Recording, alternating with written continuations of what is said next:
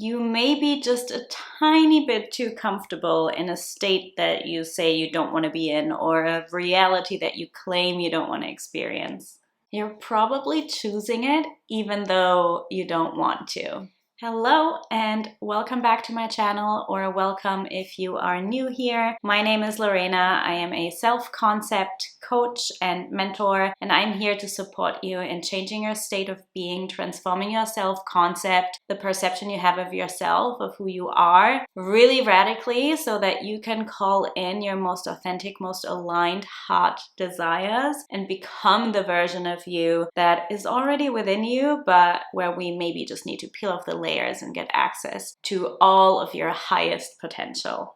If you haven't already, make sure you're subscribed. There's a little button below that you can click. Leave me a like, share this video with a friend if you feel like it will serve them, and do leave me a comment as well. I love hearing from you and hearing your reflections and insights and everything that's going on for you. If you are like, I want more than what I'm getting here on YouTube, because this is only scratching the surface, babes, then I invite you to check out my coaching program, Recreate Yourself. I've linked it below. This is my signature coaching program, and this is where we do a deep dive into changing your self-concept, transforming your reality, and you will come out of this program a completely new version of yourself. It will be my absolute honor to guide you through this process. So that is in the description box below, where you can find information for that, but also all sorts of other resources. So in today's video, we're going to talk about the state of limbo, when you're kind of stuck in waiting, or when you think you've shifted out of the state, but you haven't really, and when you just feel a bit stuck or stagnant in your reality, in your circumstances, in your state of being. It can also present as an attachment to an identity or a self-concept, but regardless, it all means that you're kind of stuck in a state of waiting or limbo rather than moving forwards towards your desires. You're kind of just staying where you are in your comfort zone, and that's everything we're going to dive into just now. Firstly, let's talk about your comfort zone and why it's so necessary to break out of that. So the risk of getting stuck in a comfort zone or getting stuck in the state of limbo and waiting is pretty high, because as humans, we inherently avoid pain and discomfort at all costs. We avoid it because it's a survival instinct. From an evolutionary perspective, being in discomfort, being in pain would mean you're likely not going to survive. So on a very deep level, we try to run from discomfort all the time. So we tend to stay in our cozy little comfort zone, whether it serves us in our evolution or not. And I can tell you, it doesn't serve you to stay in your comfort zone, because we do not grow in our comfort zone. If you do things the way you've always done them, nothing will ever change.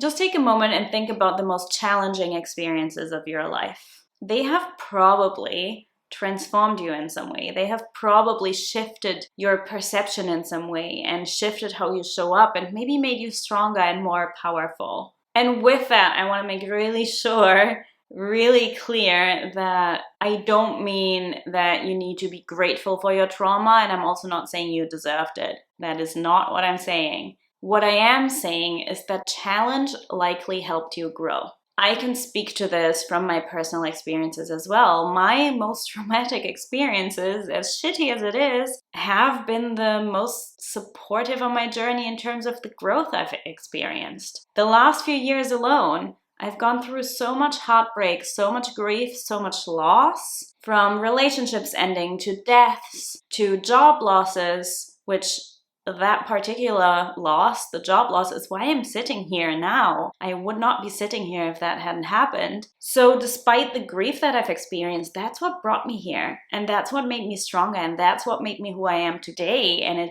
shifted my identity so much. It facilitated my rebirth. It was the catalyst into my rebirth. It was the catalyst into my awakening. So although we have this natural desire to stay small and stay in our cozy, comfortable comfort zone. When we break out of that and when we challenge ourselves and when we face discomfort, that's when we grow, and that's when we expand into this more aligned, higher, more potential version of ourselves. And then I also want to speak to when you kind of get used to a specific state of being or a specific identity, a specific self-concept. And that is pretty much everyone.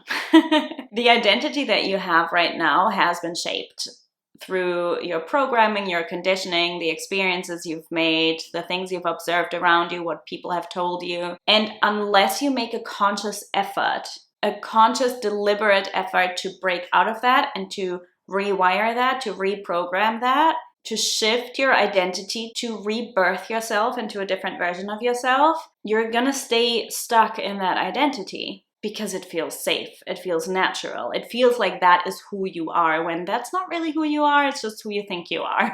This is why I always say, and that's the core of the work I do, changing your self-concept is not about becoming somebody new. It's about peeling off the layers of everything that you're not so that you can come into deeper authenticity, deeper alignment with your true, most authentic self. And this is really what I do with my clients when we go through this process in our coaching experience and our journey together. It's largely about integrating all the pieces that you may have repressed and denied, bringing all your shadows to the surface, returning to a place of wholeness, returning to a place of more embodied self-love, and also really getting rid of everything that you're not, healing everything that you thought you were, but that you're not, and getting really clear on who you truly are and becoming that version of yourself by getting rid of everything that you're not. So that is really what it means. It's more a deconditioning and deprogramming that happens first before you can program something new, right? So the stuckness in the identity piece is almost always a given because it's what we naturally do. And there's nothing wrong with you when you're kind of stuck in a specific self-concept, because we all are. We need to make a really deliberate effort to break out of that. But then you can also be in a state of waiting and limbo and in between, which is very common in a manifestation process or journey, and which is something that I see a lot of people do all the time. And it's also something very natural. What I mean by the state of waiting, let's say you want change, you want transformation, you want healing, or you want a specific desire that you want to physically manifest into your world, into your reality. And yet, you're not doing anything about it. You're just waiting for things to change, hoping for things to change, but you're not taking any action towards it. And this does come back to your comfort zone to an extent, right? Because the more you get comfortable in a state or in a reality, the more you will be in stagnation. So if specific relationship dynamics that maybe aren't very healthy or aren't very, aren't fulfilling you, if they feel normal, if they feel safe, you're not going to risk experiencing something new.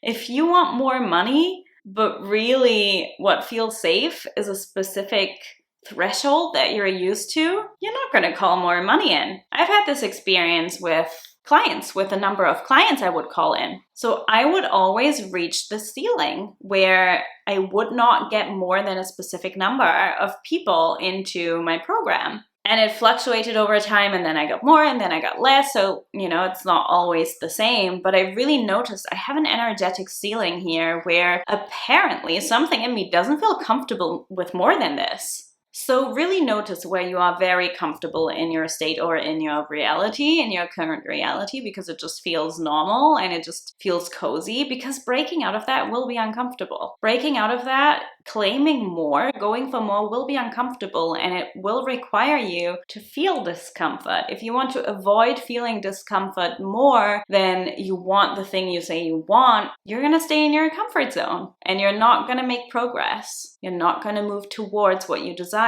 So essentially, you're then staying in a state of desire, desiring something out there, longing for something out there, but you're not doing anything about it. So it is really important to take action. Manifestation does actually require action. Transformation requires action, right? Like if you want to change your self-concept, it requires action, because if you don't take action, things are staying as they are. And I always speak about the importance of surrendering, right? We cannot force ourselves to be somewhere where we're not. We cannot force ourselves out of our current reality. Coming at this from a surrendered approach, surrendered energy is very important. You don't want to be in resistance and you don't want to force or pressure things. But that doesn't mean you don't have to take action. In fact, you do have to take action. I would not be here if I hadn't taken risks. If I had always played it safe, if I had never taken any action, I would not be sitting here. Hell, I wouldn't be filming this. I did so many things that didn't really make sense, that were really risky, that brought me out of my comfort zone. I invested large sums into coaching programs and containers and courses and mentorship. I didn't know whether it would be worth it, not just monetarily, but also, in terms of the transformation that I would really receive. I didn't know, and I still did it. I have walked away from relationships that were people I loved dearly. I have walked away from things that were really hard to walk away from, but I still did it because I knew staying would keep me small. I knew not investing in this program would keep me exactly where I was. So moving towards expansion and moving towards your desire does require risk. And it requires you to be okay with facing the opposite of what you actually want. Because that's what it means to take a risk, right? That's what it means to take a risk, is that the opposite of what you want could happen. You don't know. You're in the unknown, literally in the unknown. Every time you invest time, money, energy, effort, you take a risk. And that's something that I did many times. And it worked sometimes, and it didn't work every time. For example, I have this video about that time I failed to manifest a specific person, which I will link up here. I invested a lot of energy, a lot of time, a lot of love into this relationship, and it didn't work out. And now I don't see this as failure, and I explain why in the video, and you get the details in the video. But me investing that time and that energy initially was risky from the start, but I chose to do it, and I'm actually really, really glad I did it. In terms of monetary investments, right, where I invested in programs or coaches or mentors, that didn't always work out. I have also invested money into things, truthfully, that were not worth it, where I didn't get anything out of it. But, I need to take responsibility for that, and that's just a lesson to learn. But then also, I took that risk and invested in programs that were so expansive and that transformed me into such a new version of myself, that transformed my life, that transformed how I see the world, that made me who I am today. So I suppose you win some, you lose some. But if you don't take these leaps of faith, if you don't take these risks, if you don't invest time, money, energy, you're never gonna know. You're just gonna stay in the state of waiting, and you're just gonna stay in this state of stuckness and stagnation. And what I also want to speak to briefly, because I mentioned, right, we grow outside of our comfort zone and we grow through challenges. But I also want to explain a little bit if we really always need to learn through pain and through challenge, or whether it can be different. Because ideally, of course, we would prefer not to experience trauma, and we would prefer not to experience deep pain and hurt and disappointment. Of course, we would prefer only feeling joy and happiness, right? I mean, we need the polarity, we need the duality of the two. So I would not actually like to only experience joy and happiness, because if I don't know the flip side, I can't appreciate the upside. But I also don't think we can only learn through pain and challenges. We can definitely learn through love and through joy. We can learn through pleasure just as much as we learn through pain, and the two are actually very much connected. What I will say is that we often learn faster through challenges and through pain, because the love and the joy, that's also expansive, and that's also a good lesson, and we will learn the same lessons through that as we learn through the pain and the hardship. However, we can get very comfortable in the nice sensations, whereas if we're in the contraction, we actually need to look at our shit. We don't have a choice. So we learn much faster through challenge. The other part of this is, regardless of whether you will experience the challenge and the pain and the hardship, you gotta be willing to do it. You gotta be willing to take that risk. Your willingness to sit in the messiness, to sit in the discomfort, is actually really going to support you. but it's something that I do a lot with my clients. We really go into the contraction and into the discomfort and into the sticky emotions. And we do that through a process of learning to surrender, learning to slowly get your nervous system used to the discomfort so you can hold more. You can hold more goodness, you can hold more pleasure, and you can also hold more of the bad stuff without collapsing in on yourself. We're doing this through integrating difficult emotions, difficult identities, looking at our shadow sides. We do this through some yogic practices where we get to really sit with the discomfort so we can also sit with that discomfort in our day-to-day. The more you're able to sit with discomfort, the more you're able to sit with the discomfort on the flip side as well, right? If you can hold the darkness, you can hold the light. The two go together. Because the other side of that is getting used to the discomfort of pleasure is just as challenging as getting used to the discomfort of pain. I spoke about this in a video a couple of weeks ago, which I will link somewhere as well. When we want things to be really good, we need to slowly get ourselves used to getting comfortable in that goodness, getting comfortable in that joy, that love, that pleasure. Because otherwise it can feel really overwhelming.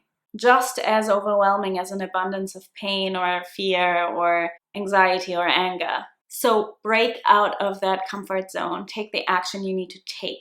Take a leap of faith. Do the thing that scares you. Take a risk. Jump. That's how you'll grow.